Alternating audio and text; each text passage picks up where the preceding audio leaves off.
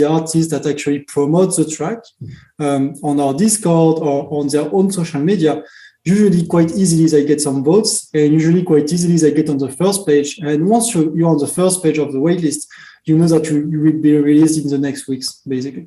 So it's not that competitive yet. The best way to describe it would be it's like the Web3 Spotify. You're tuned to the ArCast, where we talk about the blockchain on the ArCast, and how your data remains. It's the ArCast, where ArDrive is the topic, censorship-resistant permanence. Yeah, we got it. Welcome to the ArCast. It's your host, Andrew, back with another episode. This is episode 6 with Pianity founder Kevin Primicerio. And Pianity is an NFT site for music that has a DAO where people vote on what goes live, what doesn't. It uses Arweave to store the data. And I actually had a song on it a few weeks ago, a single from my album. So I was amazed at like how it was able to reach some new people, how seamless it was, how cool the site is. So I talked to Kevin about this project, but it's a new year. We want to welcome all the drivers back. Thank you to all the supporters of the ArCast. Shout out to Arweave for helping us onboard users into the Arweave ecosystem. And shout out to the winners of our NFT shirt contest in December. Super fun doing all the Easter eggs and hidden things. And expect your shirts to arrive over the next month. They are on their way. If you didn't see it, check out the bundler video. I did a little rap about how you can effectively bundle your files. Holler. We had a bounty winner in December, Catherine, who talked about winter life in New York versus California and her Swedish family roots. So congratulations, Catherine. So let's get into it. This is my interview with Kevin from Pianity.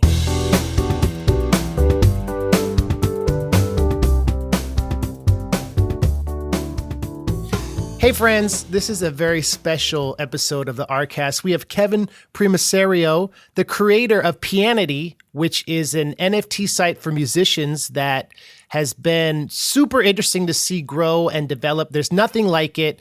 And I was lucky enough to get some time with him. So Kevin, how are you doing today? Hello, Andrew. Hello, everyone. Thanks for the invitation. I'm doing great. How about you? I'm great, man. It's a new year. There's a lot of excitement going on around your project. And I thought we'd just jump right into it because as someone personally who's been making music for 20 plus years and used all sorts of different distribution models, I was really intrigued at the concept of Pianity and the way people could vote for tracks, the way it's very community based. So let's talk a little bit about your background and how you came up with the project. My background is mainly in science. So I got a PhD in applied mathematics. Then I did some postdoctoral studies as well, where I actually published some paper about Bitcoin and Lightning Network at the time. So I've been interested in the blockchain space for quite a while, like 4 or 5 years. And at the same time, I did a computer science degree, also in Paris, where I actually learned how to code properly, and it helped me a lot actually understand all these mechanics you have in the blockchain. And I got to meet with so one of my co-founders with Simon because he's a musician, and I met him around like this music sector, and he's actually a musician and a music producer in electronic music. And we actually got the idea together because basically it was, like during this lockdown and everything, and I was listening to his tracks. And at the time I had Arweave in my mind, actually, because Arweave just announced a new funding round. And so I got into the project again, started looking what happened in the space. So I had this permanent storage on my mind. And so I told him, like, why don't you store your tracks on the blockchain? And by that, I mean on Arweave. And I saw that something ticked, like in his eyes. And so we started from there. So at the beginning, it was just about, like maybe storing like data, which is music. And then what we found out was the real problem for musicians is not really to store data or to, manage their copyright or prove their copyright like you could do with Arweave. It's more about earning money, actually. So that's how we shaped Pianity, so that it is a way for musicians to finally be able to make a living out of their art, basically. That's great. So you came from a computer science background and you saw the technical possibilities of Arweave and the whole concept of the atomic NFTs and the permanent content. Had you worked on any other projects in the blockchain space other than your research? So no, the first smart contract I wrote was Pianity smart contract on Arweave. I've browsed, through code before, but never really coded myself in terms of smart contracts. However, probably 3 years ago, I built a blockchain parser for Bitcoin. I was interested, in following transactions and managing, seeing how the transaction would, articulate. So I built this blockchain parser myself that I actually used for research later. What are some of the challenges and what are some of the exciting things about having a platform that's specifically geared towards musicians? So the main challenge, it's funny you ask this question because it was a real challenge at the beginning. The main challenge we had with musicians at the very beginning of Pianity was deadlines. Basically, so we would plan one release per week on Tuesday usually. And we would expect the artist to send us the track before the release, right? And so we would set deadline to the musician, and most often it would, almost always actually, it would be delayed by some days. So it was very stressful for us because it was really hard for us to keep this sharp release every Tuesday at noon, etc. So that was the main challenge. Now the challenge doesn't exist anymore because we have more flexibility in our releases and we try to plan them in advance. So it's way easier for us. But that was, the main challenge at the beginning. But the artists who are interested in NFTs in the blockchain space, I feel like you would get a level of competency and professionalism, people knowing that it's competitive to get on there. So you've kind of crossed over to the fact that the site has kind of gained this saturation where you have so much content and so much stuff that needs to get voted on, right? So now the issue is having to not let every single artist who wants to be on there because they're voted for. So how would you explain the process? So maybe there's some musicians or creative people listening who would love to submit to Pianity. So what are the steps then? So what happened actually for us was, at the beginning, we needed, as any startup, we needed to go to the artist to get the tracks. We needed to explain them what an NFT is, explain them what Pianity is, get the tracks. So it was a lot of outbound, talking to musicians, getting intros. And then starting in September, a few months ago, so we had this type form on Pianity for artists that wanted to publish. And at the beginning, almost no one actually submitted a track. But starting in September, we started to have submissions, more than on a daily basis, a few submissions per day. And then we had complaints from the musician, which was, I submitted my track 3 weeks ago, you didn't get back to me. So at some point, we're like, okay, what can we do actually so that the process is smoother for artists? Because we are always trying, to solve the artist problem on the platform and see how we can improve the experience. And so we said, maybe we can just have a public waitlist so that at least the artist knows where he is and knows what he can expect. And so that's when we decided to release this waitlist. And that's actually the first functionality of our DAO, which is the token owners, the PIA token owners can vote for the tracks they want to see releases next. And regarding your question, which is it's competitive, you're right. Right now, I think we have 400 tracks or so on the waitlist, and we only accept one per day. It is, and it is not at the same time, because what we noticed is that the artists that actually promote the track on our Discord or on their own social media, usually quite easily they get some votes, and usually quite easily they get on the first page. And once you're on the first page of the waitlist, you know that you will be released in the next weeks, basically. So it's not that competitive yet. The best way to describe it would be it's like the Web3 Spotify, but with the way where the musicians are compensated in a much more generous way. And what I really like about it also is that you can go through and find music and support without having to buy tracks, so you know where to invest if you're a supporter. So that to me is really exciting. And I guess one of the things I wanted to talk about now is how the PIA tokens, how do you say it? The PIA, PIA? Yeah, PIA. Yeah, it's good. The PIA tokens, how does that work with the DAO? And how would someone listening now like get some PIA tokens so they could be invested in the community and everything? So for now, the only way to get PIA is to earn it. You have a couple of ways to do it. So right now, for example, we have the cashback. So basically, if you spend money on Pianity, let's say you spend $100, you will get a 40% cashback. So it means that you will get $40 in PIA for free. So $40 is about 400 PIA. So that's one way. And then we have leaderboards. So if you are like one of the on the top of the leaderboards, you can get PIA as well. So we have leaderboards for the highest, for the people who beat the most, who beat the most often, etc., etc. We also have a leaderboard for people who are the most engaged on our Discord. So you don't even have to spend money. You can just be active on Discord. And if you are in the top, you get some PIA at the end of the week. So it's on the weekly basis. And once you get the PIA, basically one PIA equals about 12 votes. So basically one vote is one PIA locked for 2 weeks. And by default, we send you the PIA locked for 6 months. So it's about 12 votes. If you had 100 PIA, that would then count for 1,200 votes, and you'd have to lock them on the same track for 2 weeks? No, you just have to lock the PIA by themselves. So actually, right now, there is no way.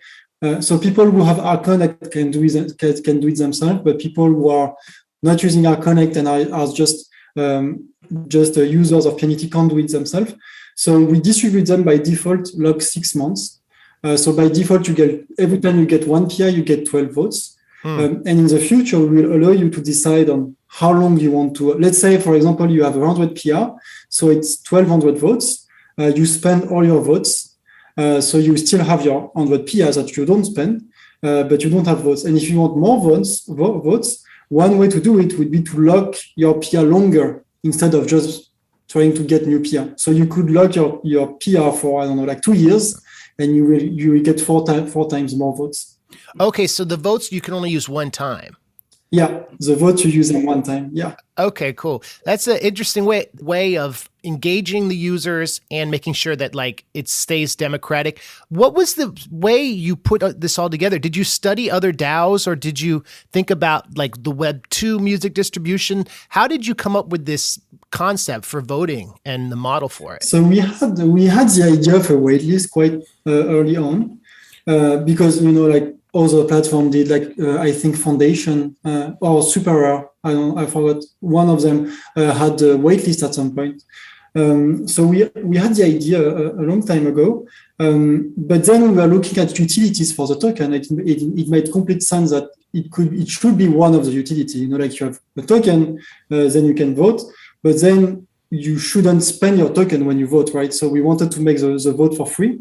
And that's how we came up. And then it's also a process to incentive people to lock their PIA longer, and so to reduce volatility on the token price. So yeah, that's how we got the idea. And there will be way more utilities, like in the future. So the first job we created for the DAO is basically a curator. So you can become a curator for Pianity. Because what we didn't mention is actually, every time you vote for a track and the track is accepted by the DAO, all the people who voted are actually rewarded and get about 100 PIA. So it's split on the different voters. But so right now we only accept one track per day, so it's only 100 PIA per day. But soon we will accept more tracks. So I guess some people will actually earn decent money by just curating Pianity.